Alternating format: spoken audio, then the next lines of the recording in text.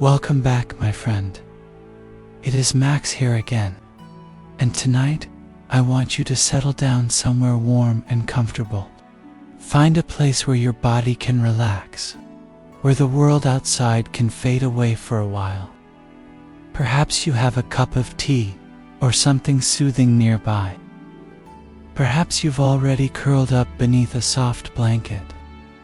Whatever helps you feel safe and cozy, because tonight, I am going to tell you one of the most beloved old tales of all time. A story that is as gentle as it is magical. A story about kindness, about patience, and about learning to see with the heart rather than the eyes. This is the story of Beauty and the Beast. Once upon a time, in a country far away, there lived a wealthy merchant. His house was filled with gold and silver. His storehouses overflowed with goods from every land. He lived happily with his 6 children, 3 sons and 3 daughters.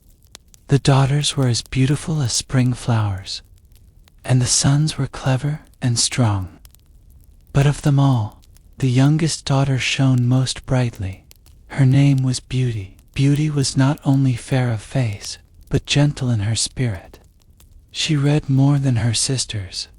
She spoke kindly to servants. She tended to the poor when she could, while her older sisters loved jewels and gowns and praise. Beauty loved quiet, learning, and the joy of simple things. She had a heart that looked deeper than what the eyes could see. But life, as it often does, changed suddenly. The merchant's fortune was swept away. A fleet of his ships was lost in a great storm at sea. Thieves stole from his caravans, and creditors came demanding payment. In only a short time, the family fell from their golden halls to near poverty. The proud older sisters wailed and complained. They cursed the heavens. They blamed their father. They scorned the work they were now forced to do. But Beauty, sweet Beauty, she spoke gently to her father. She took up the broom and the needle. She learned to cook and sew and clean. Her soft hands grew rougher with the labor of the household, but she never complained. Instead, she encouraged her brothers and her father to hope again. One day, word arrived that perhaps one of the merchant's ships had survived, laden with rich cargo that had somehow been spared. The merchant's heart lifted. He prepared to travel to the distant city to learn the truth. Before leaving, he asked his daughters what gifts they might wish for, should fortune smile on them once more. The 2 elder sisters cried at once for gowns and jewels and ribbons, each trying to outdo the other with her demand. But Beauty asked for nothing. Her father urged her to speak. At last she said quietly, "Only bring me a single rose, for none grow here in our poor garden." The merchant embraced her with tears in his eyes. Then he set out on his long journey. But alas, the ship was gone, seized by greedy creditors. And with heavy heart, the merchant began the long road home. Winter snow fell thick across the land. His horse stumbled through drifts, until one night he lost his way entirely. Cold and weary, he spied in the forest a strange light. He followed it, and came suddenly upon a vast palace. Its gates stood open. Lamps burned bright, though no living soul appeared. The merchant entered cautiously. He found a hall with a roaring fire, a table set with food and wine, though no host appeared to greet him. Grateful, he warmed himself, ate and drank, and when he was too tired to stand, he discovered a chamber prepared with a soft bed. There he slept more soundly than he had in many weeks. When morning came, the merchant found fresh clothes laid out, his horse fed and ready. Still, not a single servant or master could he find. Bewildered, he prepared to leave. But as he passed through the palace gardens, he saw roses blooming bright against the winter frost. beautiful beyond telling. He remembered Beauty's request, and leaning down, he plucked a single rose. At once, a terrible roar echoed across the garden. Out of the shadows stepped a monstrous beast, towering, horned, and terrible to look upon. His eyes burned like embers.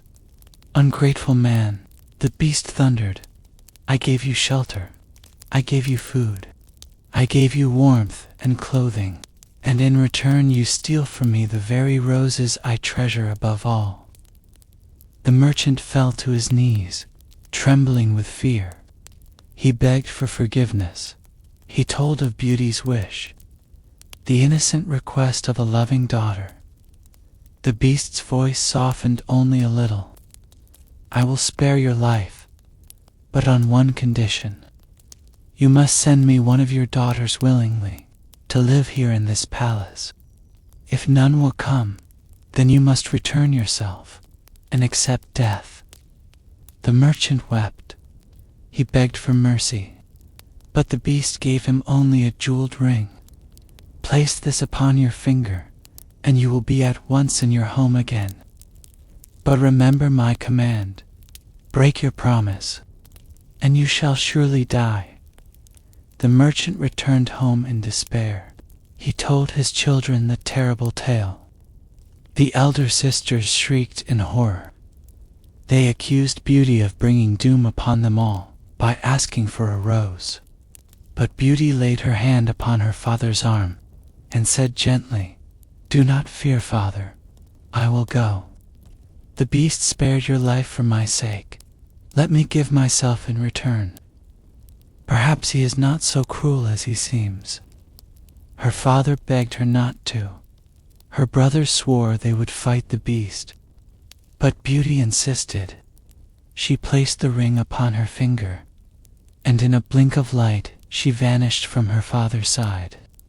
She opened her eyes within the palace she had seen only in her father's tale. There was the great hall, and the roaring fire, and the echoing silence.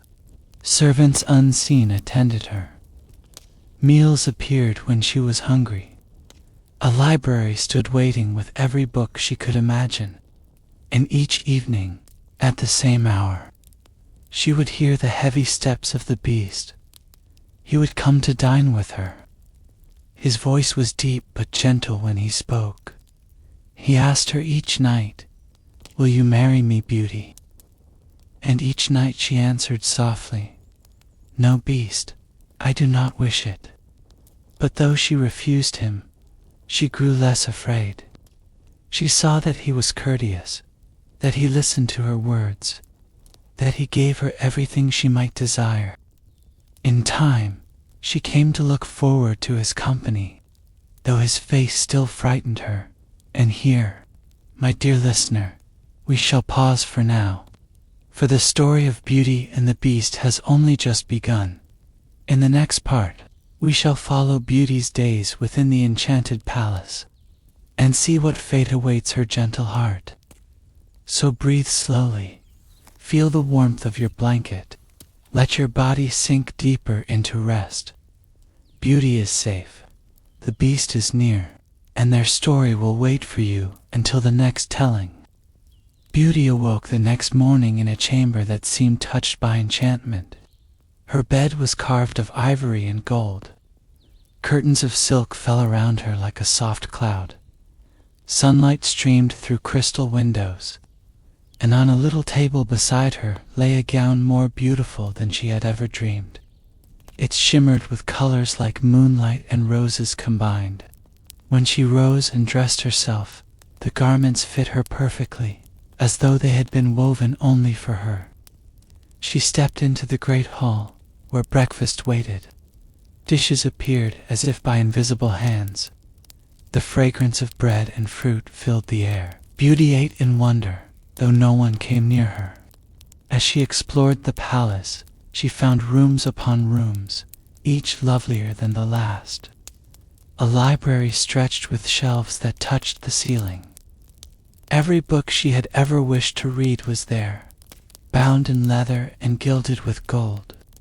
Another chamber held instruments of music, harps, lutes, viols, and organs that played at the lightest touch. There was even a garden beneath glass domes, where summer flowers bloomed though snow lay thick upon the world outside.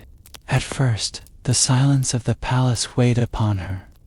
The only voice she heard was the beast's, each evening when he came to dine. His step shook the ground as he entered. He was larger than any man, his mane wild, his face strange and fearful, yet his words were always gentle. He never raised his voice against her. He never touched her without permission.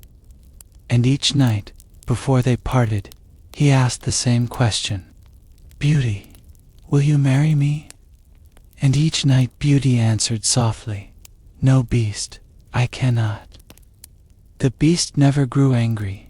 He only sighed, bowed his head, and said, "Then good night, Beauty," and he would withdraw, leaving her alone once more.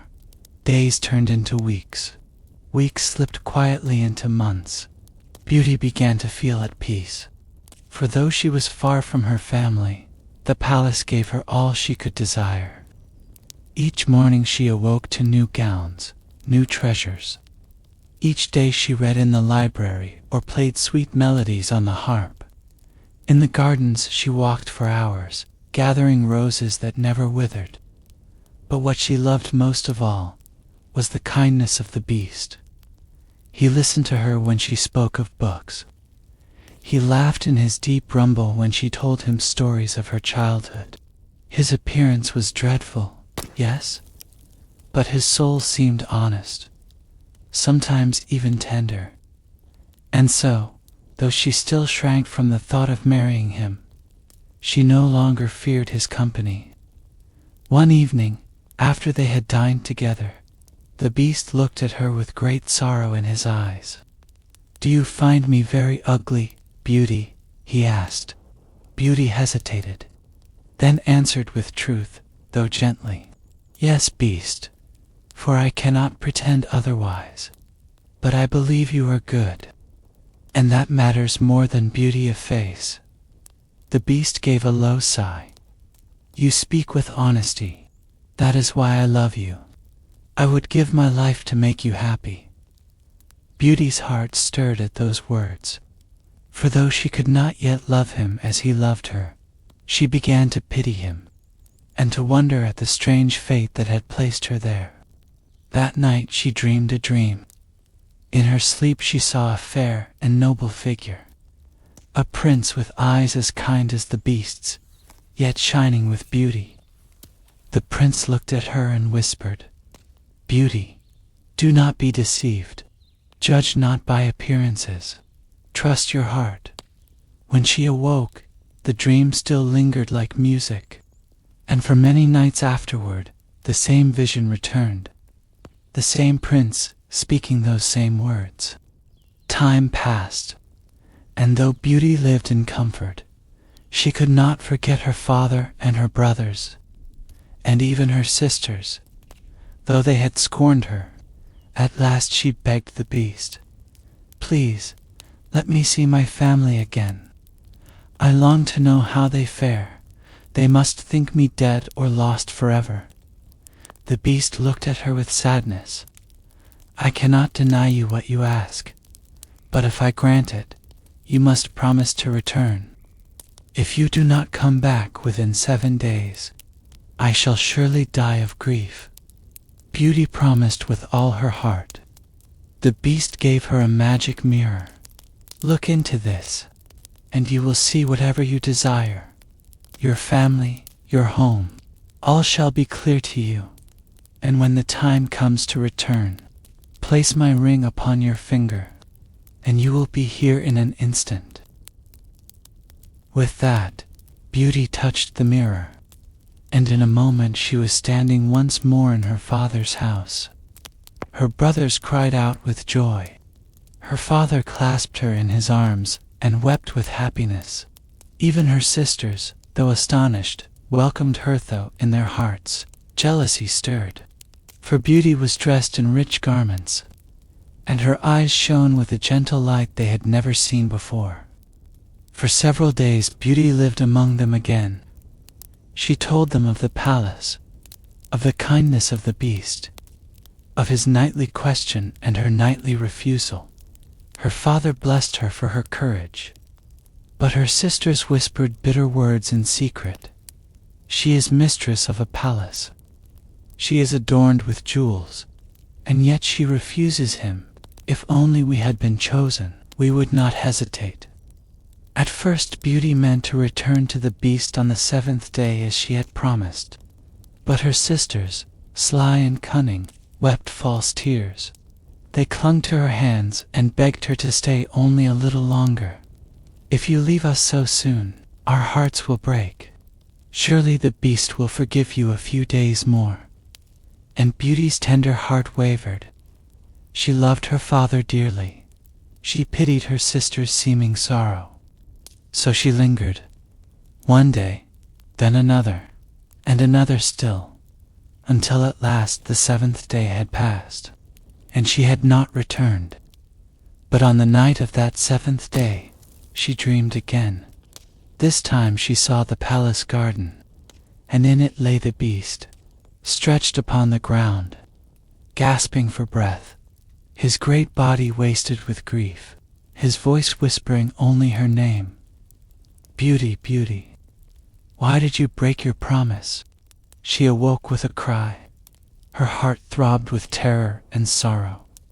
Without waiting a moment longer, she placed the ring upon her finger, and in a flash of light she was back within the palace, racing through the halls, calling his name. At last she found him, lying among the roses, his eyes closed, his breath faint. She threw herself beside him, tears falling upon his fur.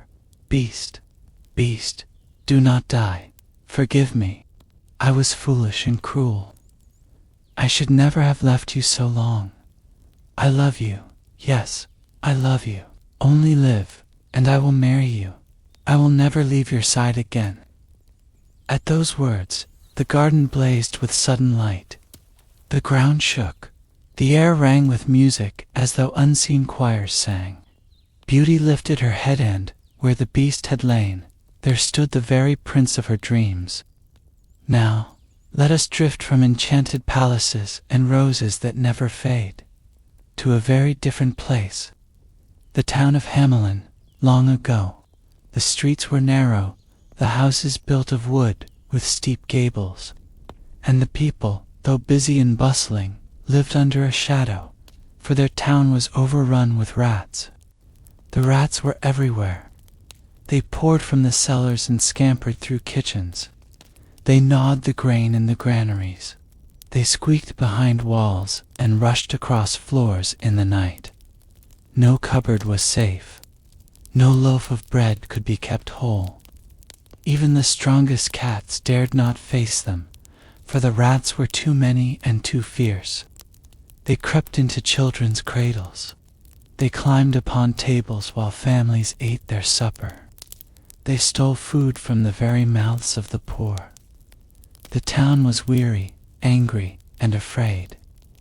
At last, the council gathered in the town hall, desperate for some solution, and into their midst came a stranger. He was tall and thin, his cloak of many colors, bright as a patchwork rainbow. His eyes gleamed with a strange light. His lips curved in a smile that was not quite merry, not quite stern. He carried under his arm a long wooden pipe. "Good people of Hamelin," he said, his voice smooth as silk, yet piercing, "I hear you have a pest to rid yourselves of. If I drive away the rats, will you pay me well?" The councilmen nodded eagerly. They promised him 50,000 crowns if he could rid them of the vermin. "Do it swiftly, and you shall have your gold," they said. The piper bowed low. "Then listen and watch." He stepped into the street, lifted the pipe to his lips, and began to play. The tune that floated forth was like no music ever heard before. It rippled and twisted, soft as a breeze, yet sharp as a command. The notes wound through alleys and across rooftops. They slid beneath doors and echoed in cellars, and at once the rats came pouring forth. They tumbled out of barns, leaped from window sills, scurried down chimneys. From every hole and crack they poured, their eyes glassy, their bodies quivering to the sound. They followed the piper as though enchanted. Through the streets he walked, piping steadily, and the rats streamed behind in a great black flood. People watched from windows in awe. Never had they seen such a sight. The piper led them down to the river Weser. There he played a note so high, so sharp, it seemed to split the very air, and all at once the rats plunged forward. They hurled themselves into the rushing waters, and the currents swept them away, never to trouble Hamelin again. The people shouted with joy. Bells rang from the towers. The councilmen embraced one another. Hamelin was free. The piper returned, smiling faintly. "Your town is cleansed. Now give me what you promised. 50,000 crowns. But the councilmen frowned. Their joy turned swiftly to greed. 50,000, they muttered. Too much for so simple a task. He has done nothing but play a pipe. They whispered among themselves. And at last their leader stepped forward. You have done well, stranger. Here is 1,000 crowns. Take it, and be content. The piper's eyes flashed. His smile grew thin. 1,000 crowns. You swore 50,000. 1,000 is enough, the men replied. We owe you no more. For a long moment the piper was silent. His gaze moved over them, cold and burning. Then he spoke softly. You have broken your word. You think me a beggar to be cheated. Very well, keep your gold, but one day Hamelin shall pay the price. He turned and walked away. His cloak shimmered in the sun. His pipe gleamed at his side. The townsfolk laughed uneasily, relieved he had gone, and soon they forgot him, but not for long. The very next morning, as the bells of the church tolled 9, the piper returned. Again he lifted his pipe. Again a tune flowed out. But this music was different. It was lighter, quicker, a merry dancing sound. And now it was not the rats who stirred, but the children of Hamelin. One by one they paused in their games. They turned their heads, listening. Their eyes grew bright, their feet restless. Then, smiling, laughing, clapping, they ran from their homes, from their lessons, from their mother's arms. Boys and girls filled the streets, hundreds of them. Their little shoes tapped in rhythm. Their voices sang along though they knew not why, and all followed the piper, who played and walked, leading them out of the town. Stop, stop, cried the parents. Come back, come back. They rushed into the streets, but the children did not hear. They were enchanted. Their laughter rang like silver bells. The piper's tune wound around them like invisible cords, pulling them ever onward. Through the gates of Hamelin he led them, across the fields, toward the hills that rose dark and high beyond. The parents ran, stumbling, weeping, calling in vain. At last they saw the piper pause before a mountain. He played a chord deep and strong, and the mountain itself seemed to tremble. Then, slowly, a door opened in the stone, wide and dark as a cavern's mouth. The piper stepped inside, still playing. The children followed him, laughing, dancing, unafraid. One after another they vanished into the mountain, and the door closed behind them. The music ceased. The fields were silent. The parents reached the place too late. They beat upon the rock. They cried aloud, but the children were gone. All but one, for one child had been left behind.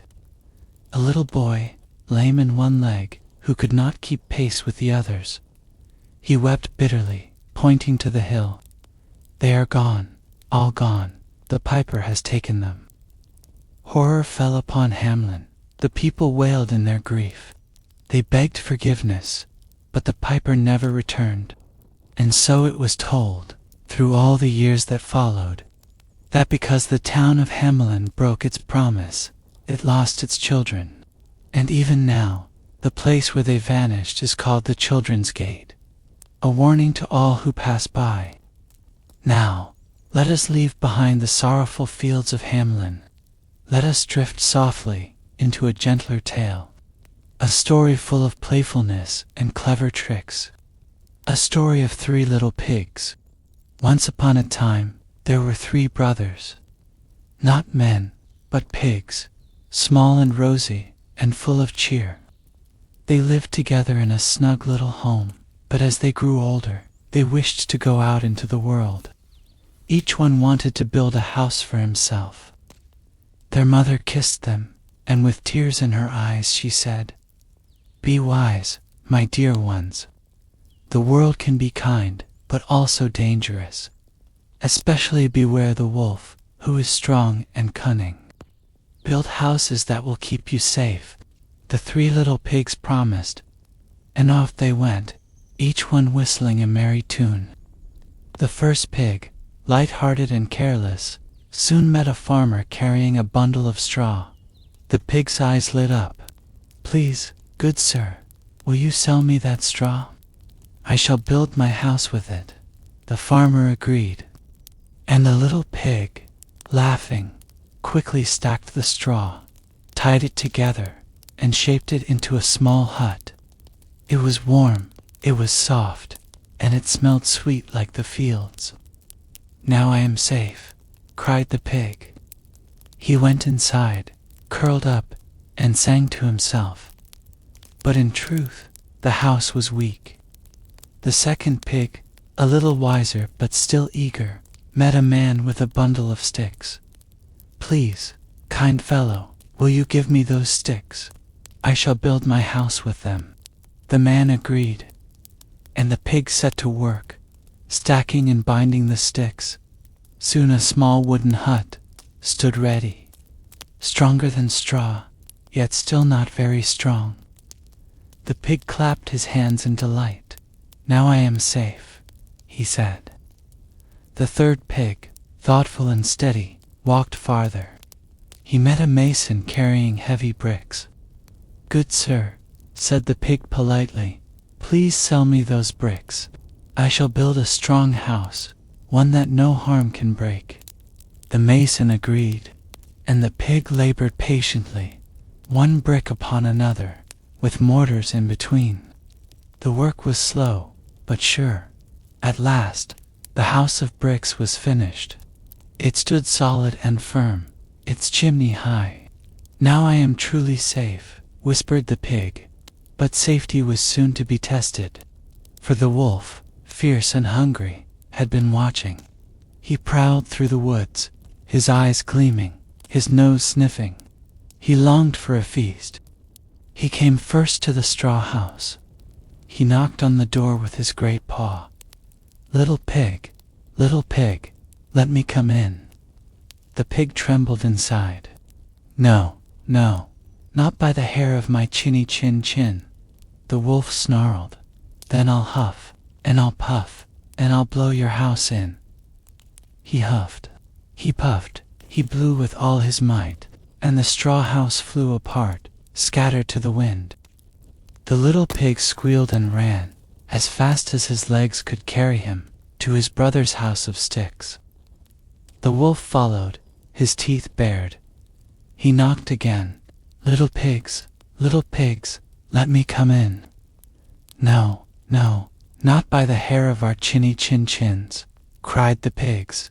"Then I'll huff, and I'll puff, and I'll blow your house in." He huffed, he puffed, he blew with all his might, and the stick house shuddered, creaked, and fell apart in a great crash. The two pigs squealed and ran straight to their brother's house of bricks. The wolf followed, his claws scratching the ground. He knocked, and his voice was a growl. Little pigs, let me come in." "No, no, not by the hair of our chinny chin chins," called the pigs, though their hearts trembled. "Then I'll huff, and I'll puff, and I'll blow your house in." He huffed, he puffed, he blew with all his strength, but the brick house stood firm. Not a single brick moved. Again and again he blew, until his cheeks ached, but the house did not fall. The wolf snarled in rage. "Very well, if I cannot blow your house down, I shall find another way in." He spied the chimney. Tall and wide, it stretched up into the sky. The wolf licked his lips. "I shall climb the roof and slide down the chimney, and then the pigs will be mine." Inside, the pigs heard the scratching of claws on the roof. Their eyes grew wide. But the third pig, clever and calm, whispered, "Do not fear, I have a plan." He set a great pot of water upon the fire. The flames leaped high. The water began to bubble and steam. The wolf, panting with effort, reached the top of the chimney. He peered into the darkness below. "Ah, at last," he growled, and he slid down. But the pigs had made ready. The wolf plunged straight into the pot of boiling water. He yelped, he howled, he scrambled out again, his tail scorched. He leaped from the chimney and fled into the woods, never to trouble the three little pigs again. The brothers hugged each other, laughing with relief. Their fear was gone, their hearts were strong, and from that day on, they lived together in the house of bricks, safe, snug, and happy. And whenever the wind blew around their sturdy little home, they would smile and say, "Not by the hair of our chinny chin chins." Far away from the brick house of the clever little pigs, there lived a boy named Jack. He was lively, curious, and kind at heart, though sometimes a little too quick to act. Jack lived with his mother in a small cottage on the edge of a village. They were poor, so very poor. Their fields grew thin and empty, their cupboards bare. All they had left in the world was one brown cow, gentle-eyed and slow. One morning Jack's mother sighed.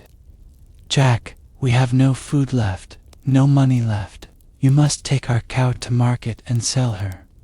But mind you, get a fair price. Do not be tricked." Jack nodded eagerly. He kissed his mother's hand, took a rope, and led the cow down the dusty road. Her hooves clopped softly, her tail swished, her warm breath puffed into the air. Jack hummed a tune, though his heart felt heavy. Not far along the road, he met a strange man. His beard was long and gray, his eyes twinkled with mischief and wisdom. He looked at the cow, then at Jack, and smiled. "Good morning, young lad. Where are you bound with that fine beast?" "To the market," said Jack. "I must sell her, for my mother and I have nothing left." "Ah," murmured the man. "Then I have just the thing for you. No need for silver, no need for gold. I shall give you something far greater. Look here." From his pocket he drew out a small handful of beans. They glistened in the sun, smooth and strange. They shimmered faintly, as though touched by magic. "These are no ordinary beans," whispered the man. "Plant them tonight, and by morning you shall see wonders beyond imagining." Jack's eyes widened. "Truly, truly," said the man, with a smile that seemed to know more than he told. "Give me your cow, and these beans are yours." Jack hesitated, but his heart leaped with excitement. He thought of treasure, of adventure, of hope for his mother. At last he nodded. "It is a bargain." The cow was led away, and Jack ran home with the beans clutched in his hand. But when his mother saw them, her face fell. "Beans! You gave away our cow for beans." Her voice trembled with anger and sorrow. "Foolish boy! Foolish, foolish boy!" She snatched the beans from his hand, flung them out the window, and wept bitterly. Jack stood silent, his heart aching. He went to bed without supper, his mind heavy with shame. Yet in the stillness of the night, something stirred. When morning came, Jack opened his eyes to see the room filled with green light. He rushed to the window and gasped. From the spot where the beans had fallen, a beanstalk had grown. But not just a plant. It was vast, immense, stretching upward higher than sight could follow. Its stalk was thick as a tree, its leaves broad as sails. It wound up and up, into the clouds, where no end could be seen. Jack's heart pounded. He felt a pull, a call. Without waiting, he stepped outside, touched the cool, strong stalk, and then, hand over hand, he began to climb. Higher and higher he went. The village below grew small, the fields like little squares, the river like a thread of silver. His arms ached, his legs trembled, but still he climbed. The wind rushed around him, clouds brushed his face with mist. Up and up and up, until at last he reached the top. There, above the clouds, stretched a land unlike any he had known. The sky was clear and golden. The ground was rich and wide, with flowers taller than trees, and paths shining like silver ribbons. And in the distance rose a great castle, so high its towers gleamed in the sun. Jack's eyes sparkled. His feet carried him forward. He crept along the road until he reached the castle gates. They were vast, carved with strange symbols, yet they stood open. Jack slipped inside. The halls were enormous. Everything was giant-sized. Tables taller than houses, chairs wider than barns. Jack hid behind a jug as tall as himself, listening, and then he heard it. A booming voice, heavy footsteps that shook the floor. The giant had come home. Fee, fee, fo, foom. I smell the blood of an Englishman, be he alive or be he dead. I'll grind his bones to make my bread. Jack trembled, pressing himself flat against the jug. But the giant's wife, gentle and weary, shook her head. You smell nothing, husband. Come, eat your supper. The giant grumbled, but sat down. His wife set before him a great platter of meat, a wheel of cheese, a loaf of bread as big as a cart, and when he had eaten, he called for his treasure. Out came a hen, small compared to the giant, yet marvelous. For when the giant said, "Lay," the hen clucked and laid a golden egg. Jack's eyes widened, his breath caught. Later, when the giant had fallen asleep, his snores echoing like thunder, Jack crept forward. He took the hen gently in his arms, and ran as fast as he could, down the road, to the beanstalk, down and down until he reached the earth below. His mother gasped with joy when she saw the golden egg. "Jack, Jack, what have you done?" she whispered, holding the hen close. But Jack's heart still yearned for adventure.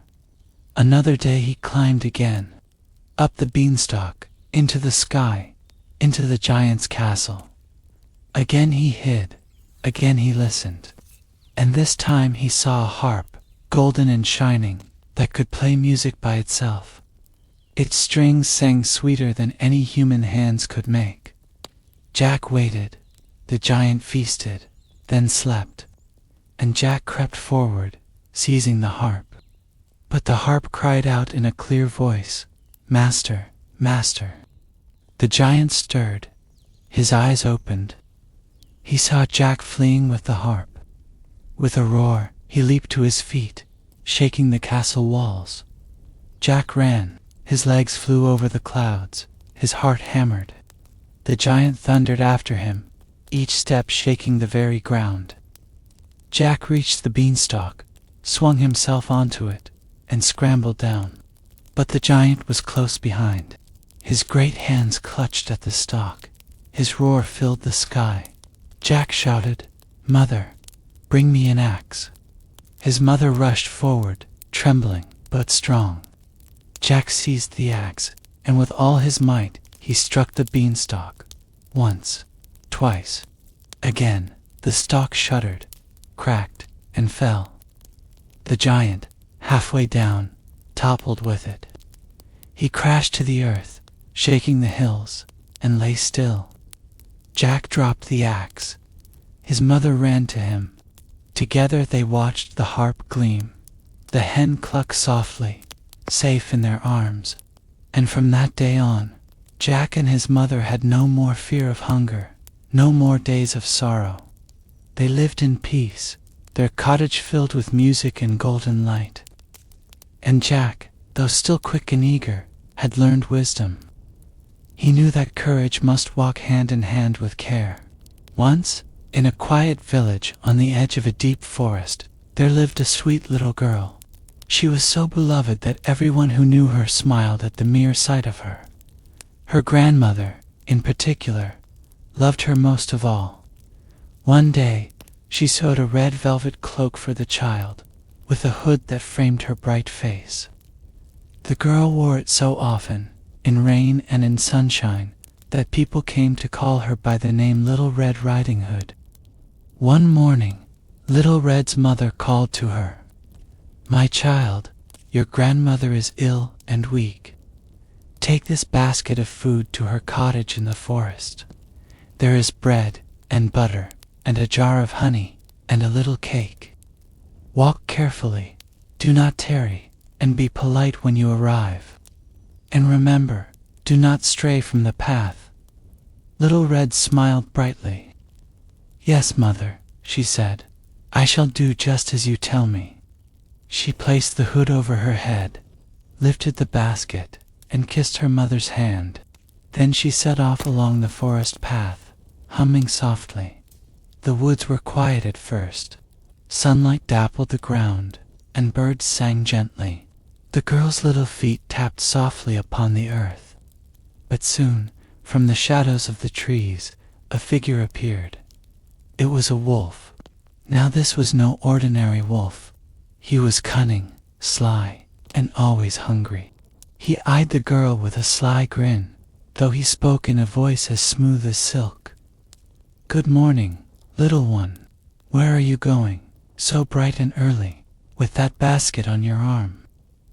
Little Red, not knowing the wolf was wicked, answered politely, "Good morning, sir. I am on my way to my grandmother's house. She lives in a cottage at the far side of the forest. I am bringing her food, for she is ill." The wolf's eyes gleamed. "Indeed, and what a thoughtful child you are. And where might this grandmother's house be?" "Beyond the 3 great oak trees," said Little Red. "There stands her cottage, with the green shutters and the chimney of stone." The wolf bowed slightly. "Ah, how delightful! But look, my dear, do you see the pretty flowers all around? Why not pick some? Your grandmother would be pleased with the bouquet. And listen to the birds. Such sweet songs they sing. Why hurry, when the woods are so full of wonders?" Little Red hesitated. Her mother had warned her not to stray from the path. Yet the flowers were bright and lovely. Just a few, she thought. Grandmother will smile. And so she stepped off the path, bending here and there to gather blossoms, blue and yellow and white. The wolf, meanwhile, wasted no time. He hurried along the shortest road, his paws swift and silent. Soon he reached the grandmother's cottage. He tapped at the door. "Who is there?" called the grandmother weakly. "It is I, Little Red Riding Hood," said the wolf in a sweet false voice. I bring you bread and cake and honey. Come in, dear child, said the grandmother. The wolf pushed open the door, leaped inside, and before she could cry out, he swallowed her whole.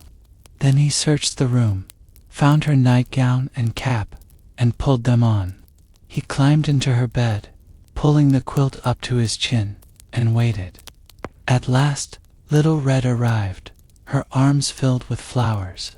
She pushed open the door, calling cheerfully, "Good morning, grandmother. I have brought you food and blossoms to cheer you." "Come in, my dear," growled the wolf, hiding his grin. Little Red stepped closer, but she felt a strange unease. Something about her grandmother looked different. She set down the basket and whispered softly, "Grandmother, what big arms you have." "All the better to hug you with, my dear," rumbled the wolf. "And grandmother, what big ears you have. All the better to hear you with, my dear." "Grandmother, what big eyes you have. All the better to see you with, my dear grandmother. What big teeth you have." The wolf threw back the quilt and roared, "All the better to eat you with." And he leaped at her. Little Red screamed. But at that very moment, a huntsman was passing by. He heard the cry, rushed into the cottage, and saw the wolf. With his axe, he struck the wolf down, opening his belly. Out sprang the grandmother, alive and trembling, but unharmed. Little Red ran to her arms, sobbing with relief. The huntsman nodded gravely. "This wolf shall trouble no one again." They thanked him with tears and smiles. The grandmother sat up, weak but safe. Little Red helped her eat the bread and honey and cake, and she whispered, "I shall never again stray from the path. I promise." From that day on, she kept her word. She learned that the woods hold beauty, but also danger, and that kindness must walk with caution. Once, long ago, in a green forest filled with tall trees and winding streams, there lived a family of 3 bears. They were not fierce, not wild, but gentle and homely. There was Father Bear, strong and tall, with a deep rumbling voice. There was Mother Bear, kind and wise, with soft fur and a calm smile. And there was Baby Bear, small and playful, with eyes bright as berries, and a laugh like the tinkling of bells. They lived together in a snug wooden cottage, hidden in the shade of the trees. Every morning they would rise together, tidy their rooms, and prepare their breakfast. And always, at the heart of their breakfast, there was porridge. Warm, golden porridge, steaming gently in their bowls. On this morning, as sunlight trickled through the leaves and birds sang sweetly, the 3 bears placed their bowls on the table. Father Bear's bowl was very large. Mother Bear's bowl was meteor-sized. Baby Bear's bowl was very small, just right for his little paws. But when they tasted the porridge, they found it far too hot. "It burns my tongue," rumbled Father Bear. "It is steaming still," said Mother Bear softly. Too hot, squeaked Baby Bear. So they decided to take a walk in the forest while it cooled. They opened their little door, stepped out into the sunlight, and wandered among the trees, enjoying the morning air. Now not far away, on the very same morning, a little girl was walking through the woods. Her name was Goldilocks. She was called so because her hair was long and golden, curling down her back like sunlight woven into silk. She was lively and curious, a child who loved to explore, to wander, to peek into places she had never been. That day she skipped along the path, humming softly, until she spied the cottage of the bears. The windows gleamed, the smoke drifted from the chimney. The door stood ajar. Goldilocks tilted her head. "How curious. I wonder who lives here. Perhaps I might take just a little look." She stepped closer, her golden curls bouncing. She pushed the door gently, and it creaked open. Inside, all was quiet. Her eyes widened. There upon the table were 3 bowls of porridge, steaming gently in the morning light. The scent was warm and sweet. Goldilocks clasped her hands. "Oh, how delicious this smells! Perhaps just a taste." She climbed upon the chair before Father Bear's bowl. She took a spoonful. But oh, it was far too hot. Too hot, too hot, too hot, she whispered, fanning her mouth. She moved to Mother Bear's bowl. She tried a spoonful, but it was far too cold. Oh no, much too cold. At last she reached Baby Bear's bowl. She tasted it, and her eyes lit up. Just right. Warm, creamy, perfect. And before she knew it, she had eaten the entire bowl until not a spoonful remained. Goldilocks sighed happily. Then her eyes wandered further into the room. There by the hearth stood 3 chairs. The first chair, Father Bear's, was very large. Goldilocks climbed into it, but it was far too hard. "Oh, this hurts my back," she whispered, frowning. The second chair, Mother Bear's, was medium-sized. Goldilocks sat down, but it was too soft. She sank deep into the cushions. Oh dear, too soft, far too soft. Then she tried Baby Bear's little chair. It was small, but it fit her perfectly. Ah, just right. She smiled, rocking gently. But as she rocked, the chair creaked. It wobbled, and with a snap it broke beneath her. Goldilocks gasped, leaped to her feet, and whispered, "Oh no, oh no. I mustn't have done that." But soon her eyes grew heavy, for at the back of the cottage she saw a staircase, winding gently upward. She climbed the steps, her little feet tapping softly, until she reached a room with 3 beds. The first bed was Father Bear's. Goldilocks lay down, but it was much too hard. She wriggled inside. No, too stiff. The second bed was Mother Bear's. Goldilocks tried it, but it was far too soft. She sank down, swallowed by the pillows. No, too squishy. Then she saw Baby Bear's bed, small and neat. She lay upon it, and at once she smiled. "Just right," she whispered, her eyes fluttering shut. Soon she was fast asleep, her golden hair spread across the pillow like sunlight upon snow. While she slept, the 3 bears returned from their walk. Their paws patted softly across the grass.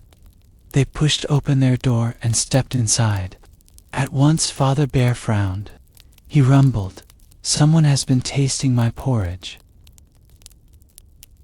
Mother Bear gasped softly, "Someone has tasted mine as well." And Baby Bear squeaked, "Someone has eaten all my porridge, and left none for me." They looked around the room. Father Bear growled, "Someone has been sitting in my chair." Mother Bear touched her cushion. "Someone has sat in mine as well." And Baby Bear wailed, "Someone has sat in my chair, and broken it to pieces." The bears climbed the stairs. Their hearts thudded softly, their voices low. Father Bear rumbled, "Someone has been lying in my bed." Mother Bear whispered, "Someone has lain in mine as well." And Baby Bear squeaked, "Someone is lying in my bed right now." They all leaned closer, and there fast asleep lay Goldilocks. Her golden hair shone in the light. Her lips parted as she breathed deeply. The bears stared in surprise. Father Bear let out a growl. Goldilocks stirred, her eyes fluttering open. She saw the 3 bears standing over her. With a cry, she leaped from the bed, tumbled down the stairs, and rushed out the door. Her curls streamed behind her, her feet barely touching the ground. She did not stop until she reached her home. And from that day forward, Goldilocks was more careful. She had learned that curiosity can lead to trouble, and that not every door should be opened. As for the three bears, they mended Baby Bear's chair, filled his bowl again, and lived peacefully in their little cottage, wary of strangers, but still kind at heart. Once, in a poor little cottage, on the edge of a dark forest, there lived a woodcutter with his wife and his 2 children. The boy was named Hansel, and the girl was called Gretel. They were kind children, gentle and bright, but they lived in hard times, for the family was very poor. The woodcutter worked each day, chopping logs and carrying them home, but still there was never enough food to fill their bellies. One night, as the children lay awake, they overheard their stepmother speaking in a sharp whisper. "We have nothing left to eat, not even a crust of bread. Tomorrow we must take the children into the forest and leave them there, else we shall all starve." Hansel's eyes widened, but he lay still, listening. The father's voice trembled as he answered, "How can I leave my own children? It would break my heart." But the woman hissed again, "We have no choice. If we keep them here, we all shall die. Tomorrow you must do as I say." When the house grew quiet again, Hansel sat up. He whispered to Gretel, "Do not weep, little sister. I will think of something." He crept outside into the moonlight, and as he walked, he saw the pale white stones that glimmered upon the ground. Carefully, he filled his pockets with as many as he could carry. Then he returned to bed, and soon the night faded into morning. The stepmother woke the children early. She handed them each a small piece of bread, no bigger than a crumb. "Eat this, for it is all we have. Then we must go into the forest to gather wood." Hansel slipped his piece of bread into his pocket, not to eat, but to keep for later. As they walked deeper into the forest, he dropped a little white stone upon the ground. Step after step, he let them fall, one by one, until a path of pale light glimmered behind them. At last they reached the heart of the forest. The father built a small fire, and the stepmother said sweetly, "Sit here, children, and rest. We shall go and cut wood, and then return for you." But hours passed. The fire burned low. The sound of axes never came. And when the children finally looked around, they found themselves alone. Gretel began to weep softly, but Hansel took her hand and whispered, "Do not fear. Wait until the moon rises, then we shall see the stones." So they waited, huddled close, and when the silver moon climbed into the sky, the white stones shone like a path of stars across the forest floor. Step by step, they followed it, all the way back to their little cottage. The father was overjoyed to see them, but the stepmother frowned, her eyes cold. For a few days they had peace, yet soon the food was gone again. And one night, the stepmother whispered once more, "We must take them deeper this time, else they shall find their way back." Hansel tried to slip out for more stones, but the door was locked. So the next morning, he crumbled his piece of bread in his pocket, and as they walked, he dropped crumbs upon the ground instead of stones. Deeper and deeper they went. The father built another fire. The stepmother soothed them with false words, and once again they were left alone. When night came, Hansel rose with confidence. "Do not fear, Gretel. The crumbs will guide us home." But when he searched the ground, he found nothing, for the birds of the forest had eaten them all. The path was gone. The children wandered in circles, lost among the trees. They grew hungry, tired, afraid. For 3 days they searched, nibbling only at berries and drinking water from streams. Their little feet ached, and their hearts grew heavy. But on the 3rd day, As they stumbled onward, Gretel's eyes widened. Hansel, look! There, beyond the trees, stood a strange and marvelous cottage. Its roof was made of gingerbread, its windows were sugar, its walls were cake, frosted thickly, with candies shining like jewels. The children gasped in wonder. Their hunger burned in their bellies, and without hesitation they ran to the house. Hansel broke a piece of bread from the roof. Gretel nibbled at a sugar window, and oh, how sweet it tasted! As they ate, a door creaked open. An old woman stepped out, leaning upon a cane. Her eyes twinkled, her voice was soft.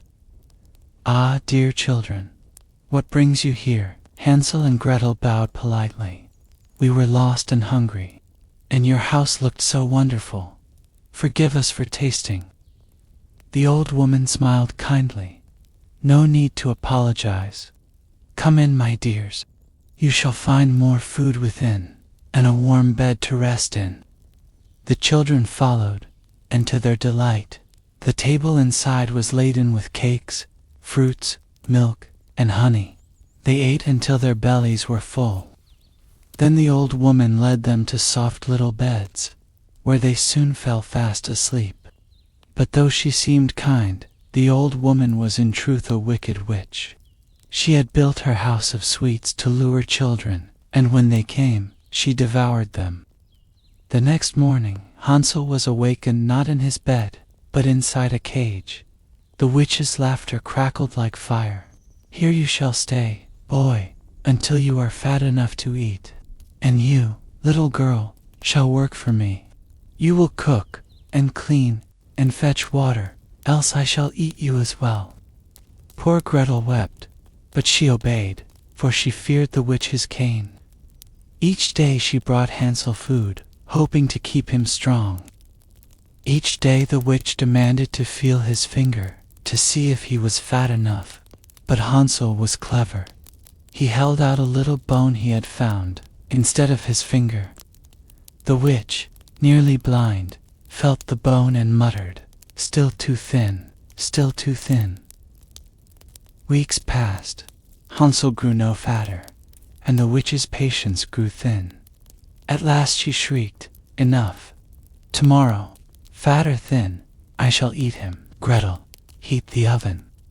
Gretel's heart pounded, but she obeyed.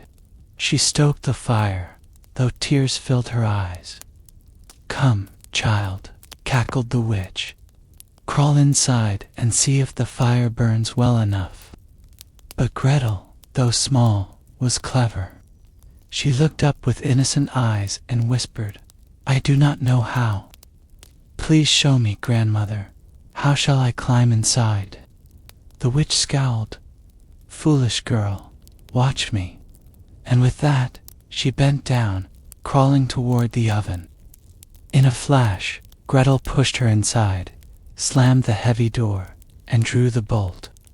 The witch shrieked and pounded, but the fire roared, and soon the cottage was quiet once more. Gretel ran to Hansel's cage, crying, "Brother, brother, you are free."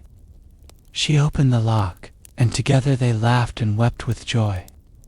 As they looked around, they found chests filled with jewels, pearls, and gold coins. They filled their pockets, for they knew such treasure could save their family. Then they left the sweet cottage behind and followed the forest paths until, at last, they found their way home.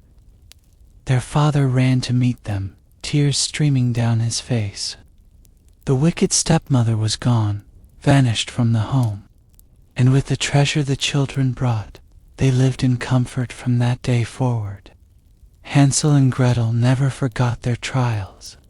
They had learned that courage and cleverness could overcome even the darkest dangers, and that no forest, no hunger, and no witch could break the bond of brother and sister.